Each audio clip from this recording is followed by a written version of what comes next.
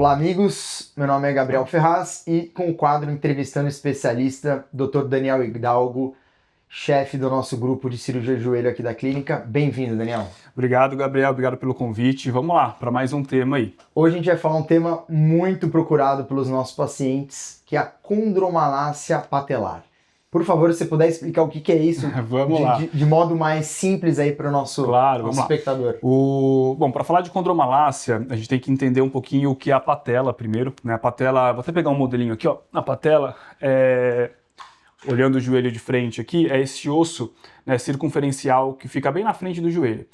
E aí o que acontece muitas vezes é que, pelas nossas atividades do dia a dia, por exemplo, ficar muito tempo sentado com o joelho dobrado, subir e descer a escada, agachar e levantar, fazer exercícios que envolvam saltos, né? A gente acaba tendo uma sobrecarga dessas estruturas aqui, que a gente chama de mecanismo extensor, que envolve, por exemplo, o tendão quadríceps, a patela, o tendão patelar. E essa sobrecarga pode gerar um desgaste na cartilagem da patela, que fica aqui atrás, né? E esse desgaste a gente chama de condromalácia da patela.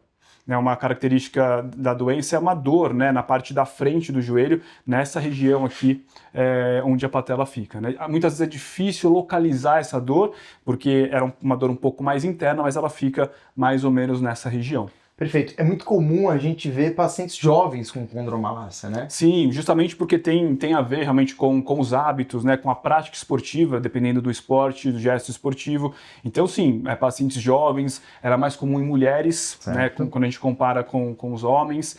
E pacientes idosos também podem ter, né, até por uma questão de muscular, né, que é uma outra coisa interessante, né? A gente sabe que quando existe um desequilíbrio muscular do membro inferior como um todo, principalmente na musculatura da coxa, que fica mais ou menos nessa região aqui do quadríceps, na musculatura do quadril também, a musculatura glútea, a gente pode aumentar a sobrecarga aqui na região e consequentemente, né, ou causar condromalácia ou piorar o quadro doloroso de um paciente que já tenha condromalácia. Perfeito. E qual que é o tratamento inicial da condromalácia da patela? Primeiro a gente tem que fazer um bom exame físico no paciente para identificar se realmente a dor, né, na articulação patelofemoral do paciente está vindo da cartilagem. Dessa região. Isso, porque é muito frequente, como existe uma sobrecarga de todo o mecanismo extensor, a dor ela pode vir de alguns outros lugares. Então, para isso a gente tem que fazer um exame físico adequado. A gente pode lançar mão também de alguns exames de imagem, como por exemplo a ressonância magnética, para documentar, né? E uma coisa até que vale a pena a gente falar aqui também, que a ressonância magnética é o exame mais indicado para ver a cartilagem e a gente tem uma classificação da condromalácia.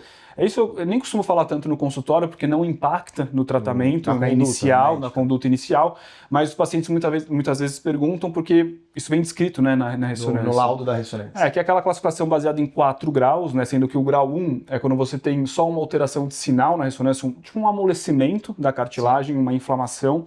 O grau 2 é quando você já tem algumas fissuras superficiais na cartilagem da patela. O grau 3, essas fissuras são um pouco mais profundas. E o grau 4 é quando você tem uma erosão, uma perda parcial da cartilagem da patela. E aí, diagnosticando, a gente inicia o tratamento, né? Naqueles quadros mais agudos de dor, né, que o paciente tem um aumento de volume da articulação, dor intensa, principalmente para mexer o joelho, dor quando fica muito tempo sentado, por exemplo. Hoje em dia é muito frequente, né? A gente acaba usando muito computador, ficando muito tempo sentado, e o ato de ficar com o joelho em 90 graus de flexão pode provocar dor. Então aquele quadro clássico de o paciente fica muito tempo sentado no escritório, por exemplo, quando vai levantar da cadeira, sente o incômodo, né? E aí a gente pode medicar esse paciente, né? Normalmente a gente usa anti-inflamatórios não hormonais, analgésicos, para tirar o paciente daquela fase aguda de dor. mais intensa, né? Isso. De dor, né? Se ele tiver, por exemplo, um derrame articular, que é o aumento de volume da articulação, a gente pode orientar ele a fazer gelo na articulação, né? Todas as medidas para melhorar aquela fase aguda do processo inflamatório. E uma coisa assim que é o padrão ouro, né, de tratamento, é a fisioterapia. Certo. Tá? Reabilitação com fisioterapia, tanto a parte analgésica, né, quanto a parte motora, para um reequilíbrio muscular, né, que aí a gente vai estar tratando a causa do problema, que é uma causa mecânica, fortalecendo assim, o membro inferior, o core, né, e o membro inferior como um todo, para a gente ter uma melhora da questão mecânica articular aí. Perfeito. Eu sei que o Daniel é meu amigo, tá? Mas eu vou colocar agora ele numa sinuca de bico aqui. Colágeno via oral. Existe algum estudo, alguma evidência ou é muito controverso esse tema para condromalácia? Existem vários estudos, né? Na verdade, esses estudos eles são feitos de forma geral para pacientes com artrose. né, que é aquele desgaste difuso da Grau articulação. mais avançado. Graus mais avançados, pacientes um pouco mais idosos, que têm uma dificuldade em fazer outros tipos de tratamento. Um perfil diferente da maioria da condromalácia. Tem alguns estudos que relacionam, sim, a lesões de cartilagem um pouco mais localizadas, né, como a condromalácia. Mas os resultados são diversos, né? Tem alguns estudos que mostram uma tendência à melhora da dor e da função, né, no paciente que faz uso do colágeno tipo 2, né, para esse tipo de situação, e alguns estudos que mostram que não tem tanta diferença entre o uso da medicação e o uso do placebo. Então é controverso. Controverso. Gente, obrigado pela audiência aí, pela visualização dessa entrevista aqui espetacular com o Dr. Daniel. Se você conhece alguém que tem condromalácia, compartilhe e encaminhe esse vídeo. Se você quer agendar uma consulta com o Dr. Daniel, outros colegas do joelho aqui, o link está na descrição desse vídeo. Daniel, muito obrigado pela Eu que agradeço, entrevista. estou à disposição, sempre que precisar, a gente pode conversar aí sobre qualquer tema relacionado ao joelho. Obrigado, um abraço e até o próximo vídeo. Tchau, tchau.